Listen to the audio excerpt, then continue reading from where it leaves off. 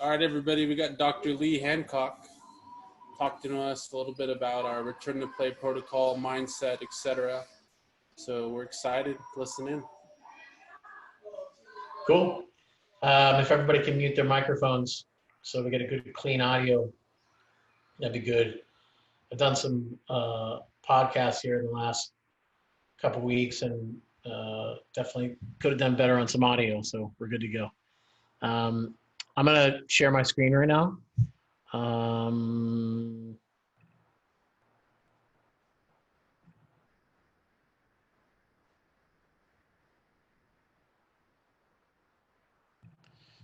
Yeah, so I mean, I'll click through some of this stuff, and really, I feel very fortunate to have been involved with you guys. As a club, you guys have just so many amazing things going in terms of your staff, the athletes, the parents involved, and the culture of the organization. And so, as we talked about, what to cover, I thought, okay, how can I take the 10,000 Zoom calls that I've been on over this time and the aggregated information and share it, in terms of how to really get after it once you guys are back, right? So as I thought about this, the question that I hypothetically posed to everybody was, have you thought about what it will be like to come back, right? And what that will feel like and look like. And these are all, there's a ton of these emotions and they're all valid. And I have been fortunate, again, to be on some great groups and calls and learned a great deal from colleagues. And one of the biggest things we talked about is to really be aware of what all these things are. And you'll hear that from me a few times. And no emotion is wrong, right? Some of you are going to be all fired up to play. And when you go out and play, maybe you feel a sense of guilt because you're fired up. And meanwhile, your teammate is totally anxious. Your feelings are no less valid than his or her feelings next to you.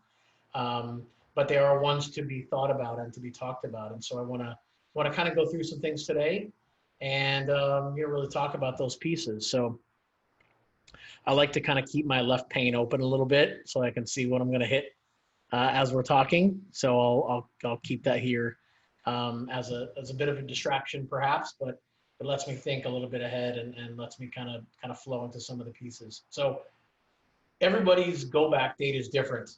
I live in LA County, as I think perhaps a lot of your athletes do and families do, and it's a different timetable here. I've got colleagues down in Orange County, and obviously I go around the country, and some are back at it, right? And so everybody's timetable is different, but let's imagine when you get the call, right? And everything is set, right? And as I said, I'm pretty fortunate to be on some committees, and the information that is shared with me has been amazing. And so really, I thought I'd break this down into a couple of pieces. We've got some before the stuff that you're going to think about before you hit the court, right? Then you're going to have some feelings, and I'll talk about those likely feelings, likely occurrences. And the second piece is during. Once you get there, then it opens up a whole host of other things, right? And then I have some things for parents and coaches to kind of consider. And then the last thing is, what any scenarios that you might think about. And I threw a couple out there, and perhaps if I can get Hugo or Trent to throw some out to me or any of the other folks that are on live with me, that'd be amazing. So we'll go through this and hopefully it helps you think about it. So I put it in a list form and as simple and as thoughtful in terms of mindful as I could possibly be. So the first one is before you get back, after you know the date, figure out how you feel. Being aware of your feelings and aware of what you're good at and not good at and where your mind is or isn't is important. No judgment here, pure acceptance, right? But an understanding and an acknowledgement about what those emotions and those feelings are, right? And you can read this as I'm talking, of course, but it isn't always easy, right? And younger athletes, struggle with it, as do older athletes. I have some pros that I work with who have struggled to make meaning of their thoughts and emotions. That's cool, right? It happens, right?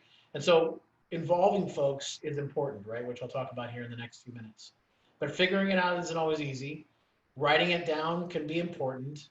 Um, when you have ideas, do jot them down, right? Because you sometimes we say to ourselves, I'll remember that later. And all of a sudden, 5 minutes later, you're like, dang, what was I going to write down?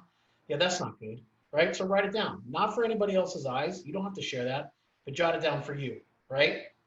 The second piece is talking, right?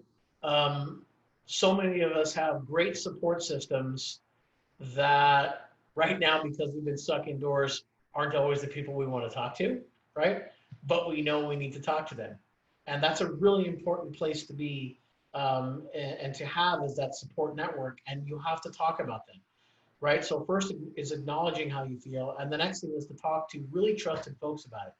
Parents, older siblings, that you perhaps trust, or cousins, family if you can, right? Because that's who we've spent a lot of our time with, and they perhaps have seen your ebbs and flows during this time, right? Which have been up and down, and probably hitting training really hard and then backing off and then feeling guilty about it.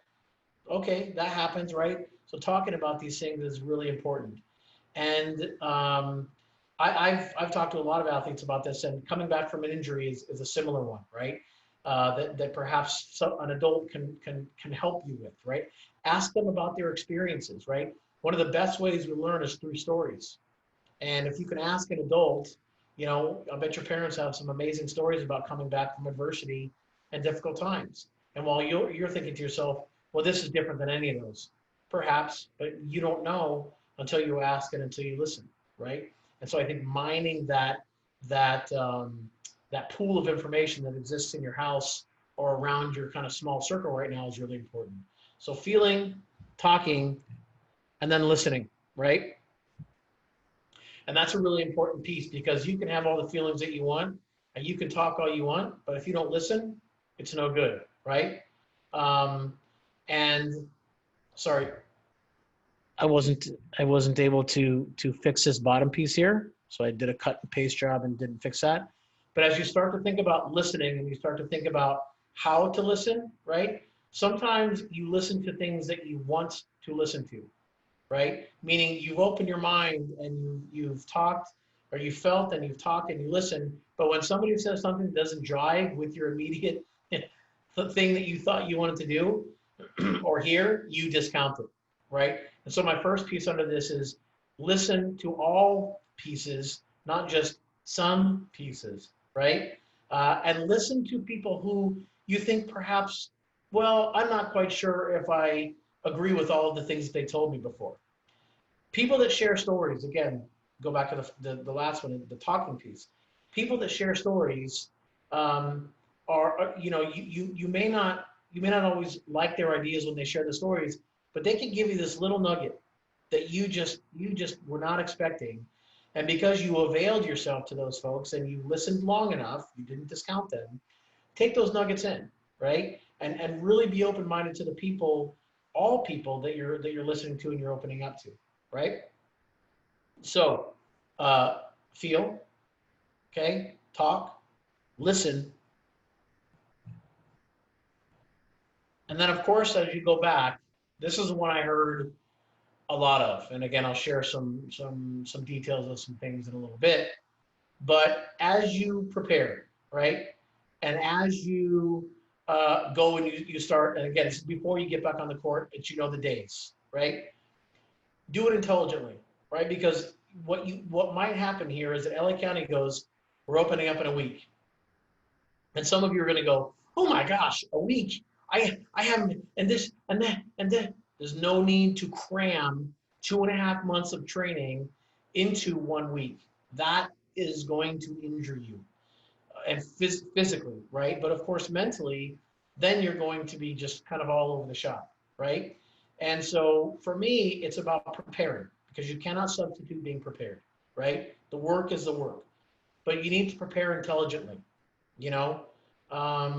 one of the best pieces of advice I've heard during this time is it's okay to take a break, right? It's okay to go ahead and sit back. And you don't have to go, I didn't train today, it's okay. Prepare, but prepare intelligently. Listen to your bodies, right? Um, Set a thoughtful plan to train. No, don't go too hard, right? So as you start thinking about that, prepare intelligently and don't go too quickly, okay? So hopefully you've got an understanding of once you get this time frame back, you are you're prepared to feel and listen to those feelings. You're going to talk. You're then going to listen to folks as you talk with them, and then you're going to prepare intelligently, right? But as you get to these pieces, once you show up to the court, you can do all the preparation you want. But of course, once you go back there, right, to develop that mindset and to go through these paces there is going to be totally different, right? And I'll touch on some abstract pieces here and then get to some touchable, tangible stuff, right? My big thing with any athlete, and this is stuff that again I've been on a lot of calls with national organizations as well as youth organizations around the country and different countries rather. The thing that I have heard the best is this phrase opt in. Now, for high level athletes where you're on a contract, you know what I mean, and you are doing this, it might sound like you don't have any choices, but even pro athletes have some wiggle room here, right? And I would say to you all, as you confront these multiple emotions, you attend when you are ready. You attend when your family is ready. This has been a really big discussion in our house because we have 3 sons, okay? And we've been going pretty slow, in terms of allowing them down to the beach, and then perhaps it's with one family. And I think that's a really important piece because what that will do is it will give you a measure of control, even though you don't think you have it, right? Because when you are ready to go back, then you can go back. You can go back, right? And rushing that timetable isn't always the best thing to do, right? Um, and really be proactive in your communication. Again, you guys are in an amazing spot because of the staff that you have and the group that you have as a resource. And so communicating effectively with them as you get back to the court is really important, right? This is the one where I'll spend a little bit more time on because this is that mindset piece, 6 and 7. Be aware of those emotions when you come back, right? Some of you are going to be totally motivated, totally excited, and you're going to go 100 miles per hour, right? And you're going to think to yourself, I'm ready for this. My body is ready for this. And all of a sudden, you're going to step wrong, and your body's going to let you down because, your gain speed and your body's ability to move and pivot and dive and jump is not the same as it was 2.5 months ago. And you're thinking to myself, this is crazy. My body is letting me down. Well, no, your body is getting back into shape, right? And so be aware of these emotions and these feelings and these thoughts, right? Take it slow and get back after it slowly and thoughtfully. That's really important, right? And again, I'll touch on some specific scenarios where we can play these out. But that frustration and that anxiety is being felt by athletes all around the world. You are not alone. And that's a really important piece and one that we've tried to talk to our pros about as well, right? And so now I'm talking to youth athletes, and I would tell you the same. You're going to have these emotions, and none of them are wrong, okay? So take it slow. Be a good teammate. Again, one of the things I appreciate and appreciated most about your groups is the sense of community, the sense of reliance on each other. And that's powerful, right? When you have an organization such as yours, it's important to remember this, right? And while I think you know it, it's important because everybody's going to be different, and if somebody isn't coming back as quickly or is really getting on themselves, be there for them, recognize them, be empathetic, ask them how they're doing, encourage them, listen to them, right? all of the things that that you would perhaps want someone to do for you, be thoughtful and mindful about that with your teammates, right? And I think this is an important one to touch on because so many times when we get back to doing something, I've worked with a lot of physical therapists and occupational therapists and patients, and when they get back to it, they are so one-dimensionally focused. Me, my feelings, my feelings. I understand that. You've been doing that, and now you have a chance to do this in front of other people for now 2.5, 3 months, right? And so this notion of being aware that what slide we hit before is really important, right? And I understand that. But at this particular time, sometimes it's also important to step outside of yourself and think, gosh, how am I coming off to my teammates? Or how can I help my teammate? Because what you will find is as you get back to this place and you get back to 100%, that focusing on the we and not just the me actually helps the me, right? And I think that's a really important thing to remember as you're getting back onto the court, right? And this, of course, is the last piece, is enjoy it, right? One of the things that that I have preached to the pros that I have talked to when they are upset with themselves because they're not working out enough or not doing this or that, I will say to them, you need to go and enjoy yourself, right? You need to go and enjoy what you're doing. This is a sport you enjoyed playing before, and while you're not as good as you would like to be, it's still your sport to enjoy. And I think that's a really important reminder to folks. Um, so those are kind of 6, 7, 8 kind of things that I took away from a lot of the folks that I've worked with over the last couple of months and listened to. Um, I don't know what the audience that will view this after today will be. I know we've got some folks that are coaches and parents on today. Um, One of the things is support staff for the athletes is massive. Your role in helping them get back to really enjoying the game, being a good teammate, right? Being aware of their own emotions, really is critical. You are the person that they trust, and so these are taken really straight from a document that I have from um, uh, a group that I work with at a high level. I won't say which one, but I found it extremely valuable as a support staff, and I am one, both as a parent and a professional. Think of the person first, getting back to being a performer, right? You are going to have athletes that are probably going to be very hard on themselves, or in your eyes, maybe not hard enough. And supporting them as a person first, moving into being a performer, is a critical first step. That first step provides a foundation for every other piece of advice you're probably going to give them, right? Um, and again, this is advice that was disseminated to coaching staff, support staff, whether it's medical, whether it's sports psych, whether it's the numerous coaches that are under this banner.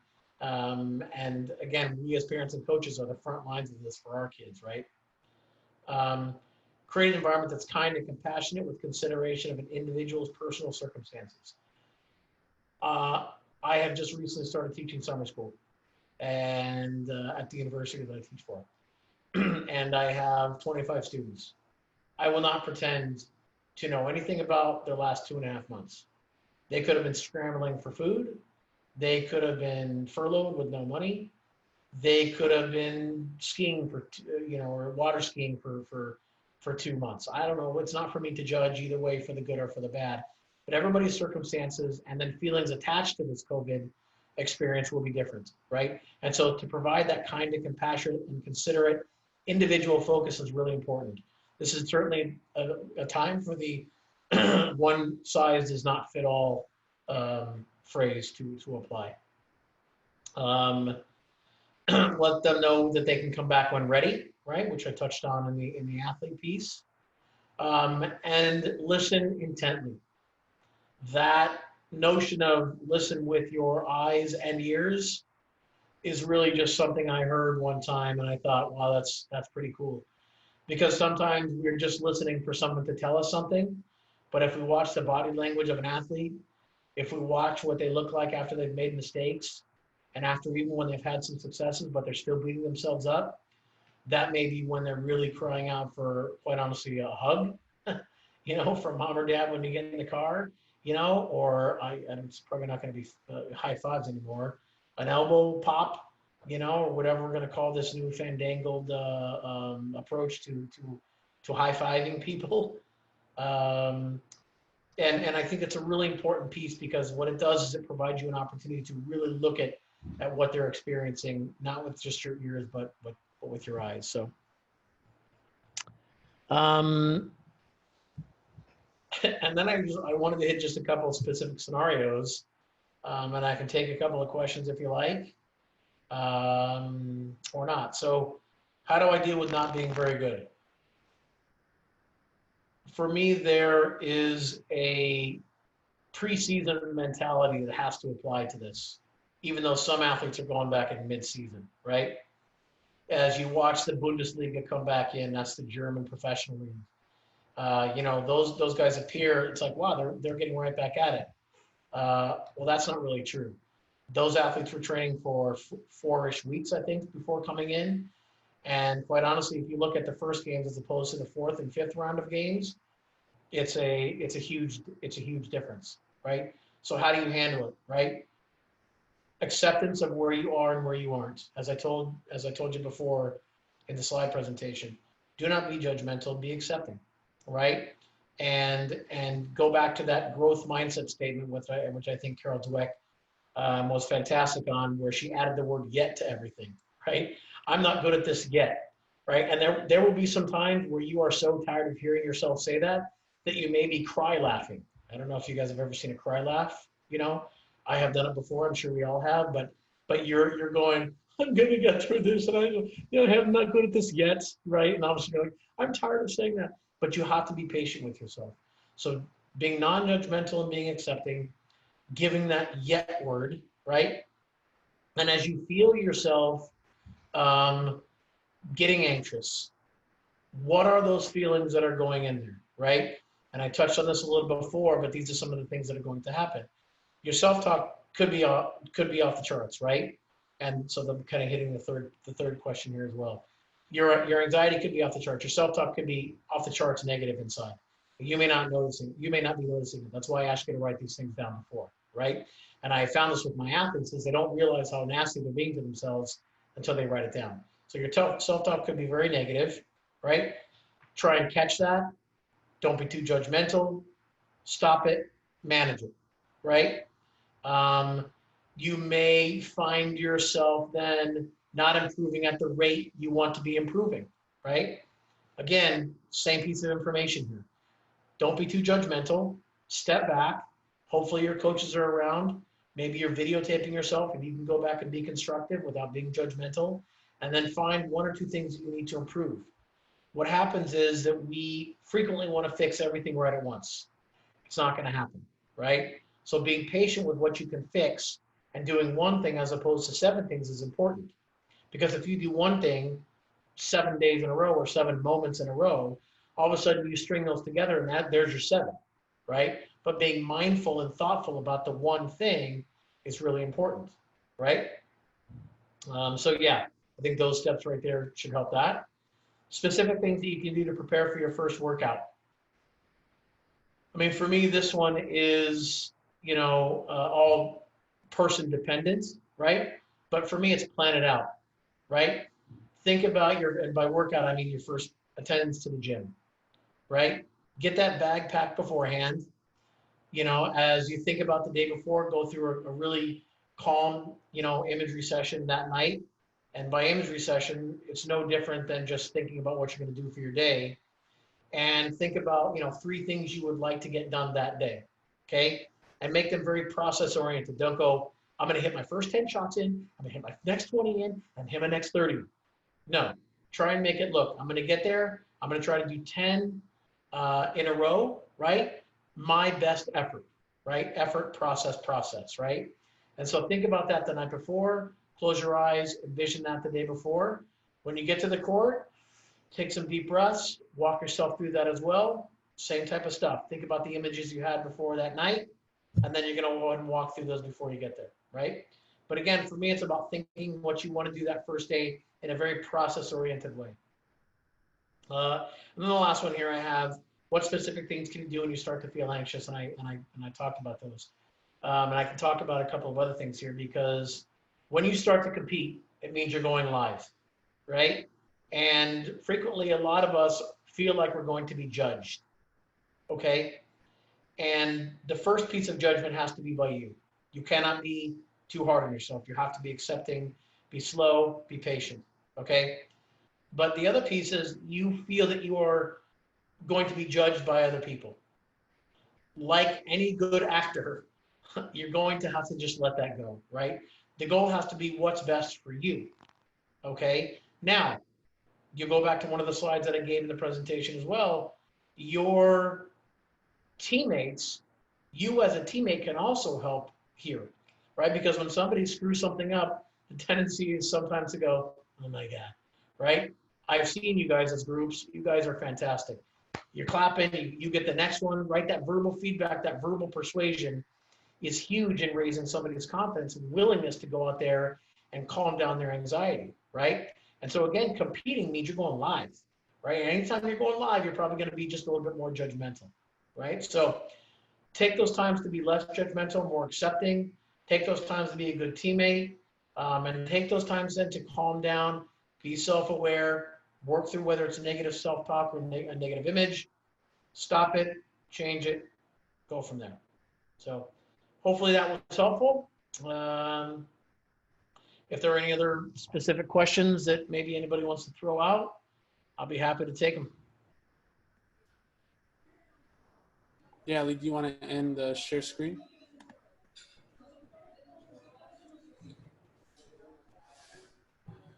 Perfect. All right, so we do have some players. So let's start in with some player stuff. I know I have some stuff to add, and if any of you girls have any questions, specific questions that you want to ask, why don't you guys unmute yourselves and just chime in. Let's make this a conversation. Lee, one thing, I know you talked about a lot of pre-stuff. Hey, this is what you can be thinking before. And then you talked about going live. How do you stop yourself in the moment when you're feeling those emotions and you feel like you're out of control of, you start saying stuff like, oh my God, I'm so bad now, or you know, just those negative self-talks. Yeah. I mean, the live thing is a whole different piece, right? Because when you're out there and you're in the comfort of your own team, okay, it's still somewhat live, right? Because I know one of the things that when you are an elite athlete, which you guys have at your club, is you don't want to let other people down, okay? We're all in the same boat, guys. We're all in the same boat. We're all going to let each other down and improve day by day, okay? And so as you start to understand that, just recognize that you're not alone. And I think that's a really important place to start, right? But in terms of those negative phrases and those negative self pieces, again, my first piece of advice is just recognize them. Recognize them. Don't do anything with them. Let them sit there. If it frustrates you, allow it to frustrate you. If it motivates you, allow it to motivate you. But just recognize it, okay? The second piece that I would ask you to do then is move through how you want to feel about them, okay? These are your thoughts, your emotions. Don't just say, because I have these negative thoughts, I have to feel like this and I have to act like this, okay? That's not the way it goes. Number one, recognize it, right? Number two, kind of think, okay, how do I want to react to this? How do I want to move through it? And then the third piece, which I've given the piece of advice, is I would encourage you to be accepting. It's your choice whether you want to be accepting or not. But those two pieces beforehand are also your choices, right? So I can tell you everything in the world to go and be accepting, right? But if you're not willing to recognize those emotions and what's going on, right, and then make the choice to manage it how you want to manage it, than accepting, then I'm just telling you what to do. And I don't want to do that. You have the choice here, right? Now, in terms of changing the behavior, right, there are some touchable, tangible things you can do. Hit the pause button. Step off the court, right? Or clasp your hands if you don't have the luxury of stepping off the court because the next ball is coming in 3 or 4 seconds. Do something like this. Shake those things out, right? Have some sort of ritual that you feel comfortable with that gets rid of those. You will not, is my guess, be very good at that ritual and getting rid of it in 4 seconds like you perhaps used to be, right? Getting rid of mistakes and re-engaging is a skill. And I know you guys might think to yourself, well, I'm just supposed to have it or not. No, no way. It's a total skill set, right? And skills, like anything else, go to the wayside if you don't practice them, right? So that fourth piece here is make sure that you allow yourself the opportunity to hit pause and then reset. And again, if you have the luxury to go off the court and take a deep breath, that's cool. If not, something on the court. It's a self-talk piece. I got this. You can get the next one, Lee. Okay, we've got this. It's gone. Okay. Again, it works different for everybody, but allowing yourself the opportunity to pause and reset is really, really important, right? It's not just one continuous motion, one point into the next point into the next point. Okay. This is where, again, you have to allow the opportunity to move slowly. Yeah, good. That's a good question. No, I like that kind of external focus you gave the kids, whether just clap on, kind of feel your hands. Yeah. A lot. And then going back, I know some of these kids are it's funny. It's not funny at all, but before, Carol Dweck talks about, becoming is better than being, right? Don't compare yourself. Be better just as your own person. So I think the hard part, before maybe athletes were comparing themselves to other athletes, but I think now the challenge is athletes are going to compare themselves to what they used to be. Oh, yeah. Versus getting better. Yeah. So how, again, you talk a lot of and I can come in with a good game plan, but once I'm in and I'm, and we're not talking games, we're talking maybe a private lesson or just a little workout with a coach and a player. Yeah. In that moment, like I might go back and focus on, man, I used to be able to pass no problem. I used to be able to hit or jump higher. Yeah. So how do you focus on getting better versus comparing to your old self? Yeah, that's a good question. So let me tackle one piece in here that I think is really important too. Is it's okay to be frustrated. You don't like your current form, that's okay.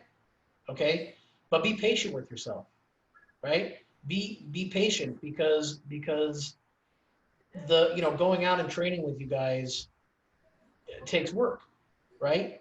And I don't rephrase the second piece of your question to me because I was so stuck on it's okay to be frustrated, because I feel like what I don't want to is for people to go, well, everything's okay. No, I mean, it's okay to feel frustrated, but be patient with yourself, be patient with you getting back on the court. Be patient with your reps, set some small goals for yourself. And when you don't reach them, then sit back and go try it again, So sorry, hit me with the last piece again. No, it was just going back to, the Black quote, becoming is better than being, not comparing to your old self. Yeah. Well, first of all, right? Yeah, no, that's good. The comparing is interesting because I'm always saying to athletes, don't compare. We do it anyway. We all do it. It's just such a natural and normal thing to do. And to compare it to whether it's like I'm better or he's better. Yeah, we do it, right? and that's okay. We are who we are. We're human beings. But the piece in there I think that's interesting is comparing it to your previous self. Look, that person was a seasoned player. That person, while it is you also allowed that person the luxury of 4 months of preparation, 3 months of preparation, right? So extend the courtesy to this current person, right? And if that's the person who you want to compare yourself to, I can't stop you, but you better give yourself the same time frame. Give yourself 3 or 4 months. It's like comparing yourself to somebody who is literally five months older than you or physiologically faster than you. It's like, give me 5 months to catch up, and then we're on an even playing field, right? So that goes back to my idea of being patient, right? And if you liked some of the things that that person was doing, which is you, then write those down. This is what I liked about the previous me, because guess what? It's and you have to allow yourself the patience to get back to you, right? But again, for me, the key is patience. Write down what you liked about her or him, and then say, okay, I want to do these things again, and that sets some small goals to get back to what those pieces were. Yeah. Okay. All right, go ahead. So remember you said in the slideshow, like if like our parents aren't ready to bring us back to SG, but like what if the player is? Can we like ask our coaches like to give us stuff to try at home since we can't go to the gym? Yeah, I mean, this is a really hard one, because we're struggling with it in our house. You know, I feel one way, and my wife feels one way. We're pretty close to the same page, and of course, the boys, they're ready to train, even though they're mindful. Let me answer the first question first. You really kind of have to get on the same page as your parents, you know, because this is just one of those unique times in the world where it really is kind of a life or death situation, as far as we know, in terms of bringing it back and giving it to somebody else and all the information that is out there, right? It's just such a unique thing. Whereas before, you might be able to argue your way out of it. This one is one to me, everyone's got to get on the same page. And so talk with your parents. I think I heard and work with them. I think the second part of your question was what things can you ask your coaches to give? I can Yeah, actually like to do at home. Yeah, I mean, that's up to any individual coach, and you go and try. Maybe you can chime in here, but I know from my experiences at home with my sons, there are only so many things you can do on your own, you know. And gosh, I give it to these guys, coaches on this staff and staffs around the country and youth organizations, for giving the amount of things that they're giving to their kids. And so, yeah, I don't know. I don't really know how to answer that one, Hugo, unless you've got some. I can help out on that, Dr. Okay. Lee. So, man, we got a lot. You're cutting in and out, Hugo. Hugo has weak. Hugo, you got weak Wi-Fi?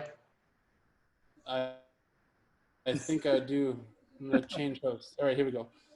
So we got almost everything on our YouTube page, so you can go jump on there. If there was a workout that you liked, it's there. If there was a talk that you liked, it's there. And then there's a lot of ball handling drills too that I think we've been releasing little by little, but there's a lot of good stuff on there for you guys. Okay. And then Dr. Lee, we got a lot of really good parents. I know for the most part, I think them seeing their kids back in the gym is going to be enough. Yeah, but I know what you mean. once again, when you're in the moment, right? When you're in the moment, how do you reset as a parent and just, maybe just enjoy the moment and like, hey, you know what? My kid was on the couch yesterday and now they're having fun. They're doing what they love. Like how? That's a really good question, and I'll take it in a direction that I don't know if it was intended, but I know we as parents are intense sometimes, and maybe that's not how you meant it, but we as parents, we want the best for our kids, and we want them to push sometimes and get out there and get after it and be motivated and maybe get frustrated that they're not progressing as quickly as we would want to. And again, I'm not saying that to any of your parents. Maybe I'm talking about myself now as I watch my sons go back to their environments. I'm pretty patient, so I said to my sons, look, they already know it's going to take time. My oldest one trains constantly, and the twins are training as well. But to get back to game speed is very difficult, and so I think preaching patience is key, and continuing to remind myself of that 4 weeks in. And again, I'm speaking as my experience as a parent. I always have to continuously remind myself to be patient, especially in these times. So, yeah, for me, I really truly am excited to go watch my sons play. My oldest one has kind of started to do a couple of things, and kind of social distancing things with training, and I'll sneak out and just go watch him train a little bit. And I'm like, this is fun to watch. And I do see sometimes where I'm like, he could have cleaned this touch up a little bit. He could have done this. I definitely bite my tongue. Now, if he asks me, I will respond, right? Is that the free But pass? I wait for it. I really do wait for it. He goes, Dad, what do you think? And I'll give him my 2 cents. You know, I will also give the 2 cents if any of the boys are not putting in the time right now, because if they ask me, they go, Dad, what do you think? I said, well, I think you could do an extra workout during the week. But I do wait for them to open the door. And gently nudge to go do some additional stuff. But I try and preach patience. And then would you recommend kind of using that method of guided discovery as parents In to terms include of, in these conversations? yeah, what do you think of type of Yeah, phrases? and just getting the kids to kind of get that aha moment and self-motivate themselves. And can you talk about kind of that guided discovery Yeah, method? excuse me. I do like guided discovery. I'm a big fan of that as a coach and as a teacher. I will frequently ask that of my college students, and I'll ask it of any youth athletes that I work with, coaching, which hasn't been for years. But I also think there are times with concrete thinking kids, 11, 10, 11, 12, 13, as you guide them, it's also okay to give an answer sometimes. And for sure with the 16s and 17s and 18s as well, still young, young emerging minds, right? But yeah, asking questions like, well, what do you think? And how do you think it's going? And what do you think is the best way to do? And how do you think you did? And continue to ask. And well, why do you think those types of things? And oh yeah, yes, I saw you do these two things really well. And yeah, I would agree. Perhaps this wasn't so good, but that's okay too. Tomorrow, what do you think? Is there something else we could focus on at home? Yeah, gently providing those questions and nudging them with some answers here and there is definitely a good way to get them back slowly. Yeah, I agree. Any more players? You guys have any more questions? Like I said, you guys are the most important thing. And like Dr. Lee said, coaches and parents are here to support you guys. So what do you guys think you need?